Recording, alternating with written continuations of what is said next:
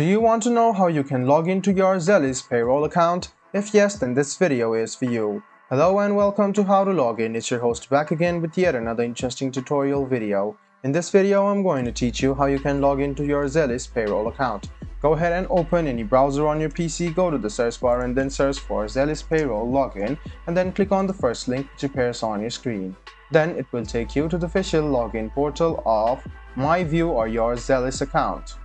You can see that you can log in using your employee number. Go ahead and write down your employee number in the first box and then you can write down your password in the second box.